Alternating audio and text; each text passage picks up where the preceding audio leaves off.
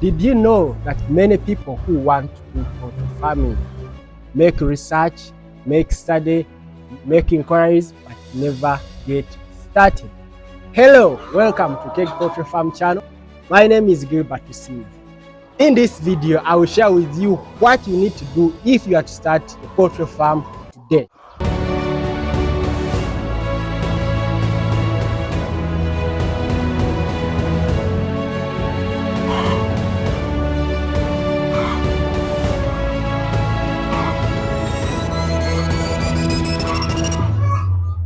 Number one, plan. Like any other business one wishes to do, you have got to plan for it.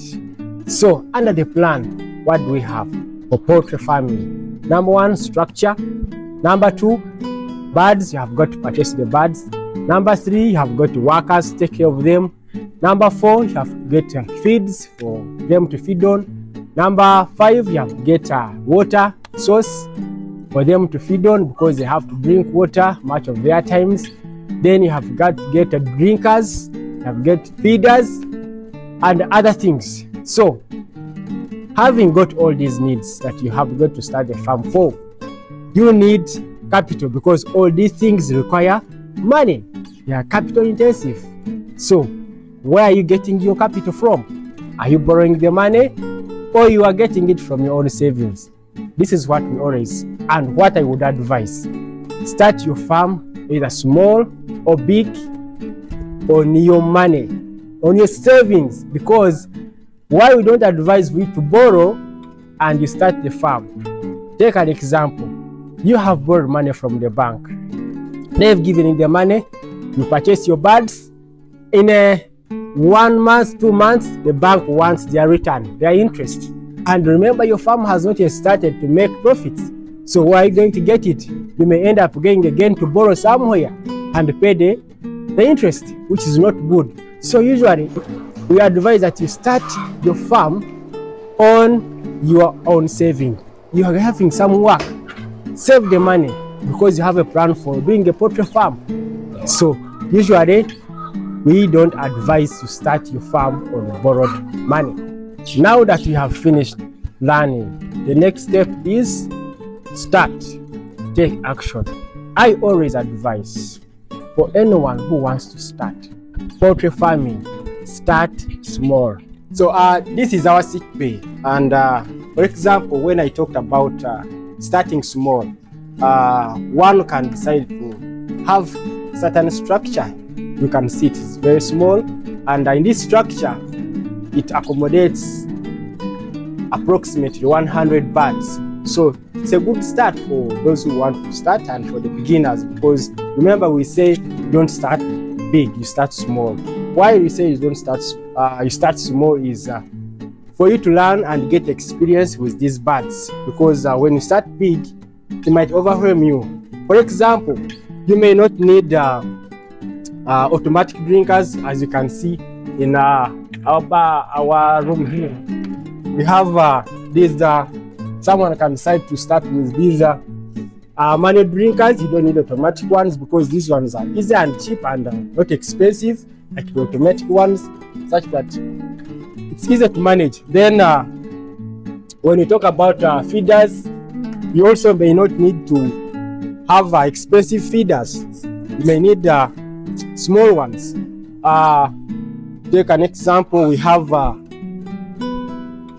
these are the feeders we talk about. So one starting small, you don't need to buy the other expensive ones. You buy this in Uganda you call it katiba.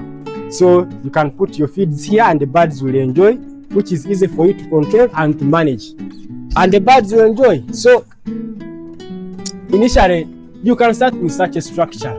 And by the, for example, when I was starting, I also had a structure like this one, whereby I started with I didn't start with it automatically with these birds, the Isa brown ones, the layers. I started with broilers, and they are all performing the same role, laying eggs. So I started with small structure like this one with 50 to 100. So this one can accommodate for you 100 birds, and that will be a good start. You got one who wants to start.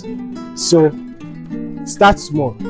The reason is you may not be having enough capital, and that gives you a room to start or to use what you have. Number two, it allows you, as you start small, to gain experience. Number three, it is easier for you to manage few birds compared with many birds. This is going to be one of our new structures. You see, it's new. It has been worked on, and it's on 80% complete. So we're expecting our new birds that are going to be coming in within 2 months, and we expect over like 3,000 birds. So we shall be doing everything in this place, especially brooding. We shall brood from here, and expansion is when we shall take some of our birds up here, because they can't fit here. We can't have maximum we can have here is like 1,000 birds. So you can see we're already now finished. We are doing the plumbing. This is the pipe for water where the drinkers will be attached, and then we shall be having everything put in here. Those are the feeders, laying boxes, everything will be in here. It's an improved version compared to the structures we started with, because you can see we have strong pillars here we have put to hold the upper structure, so it's going to be massive. In other words, we have kept on improving on our standard of construction. We can check the floor is very well, you can call it tamaking or whatever, but for us we have used cement and bricks. It is very firm. So in other words, we are ready, set. Lighting is already installed, like everything is, the good percentage is covered. So we are ready, and this is going to be the 6th bunch that we are bringing here for this farm. As you have seen our new structure, we'll be expecting our young birds in a couple of months.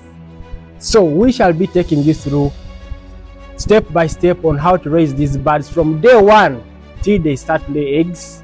So for you not to miss any of our steps in raising these birds, don't forget to like and subscribe our channel for the next videos. If you have any question or any topic you want us to handle under poultry farming, kindly share it in our comment section such that we'll be able to respond back to you.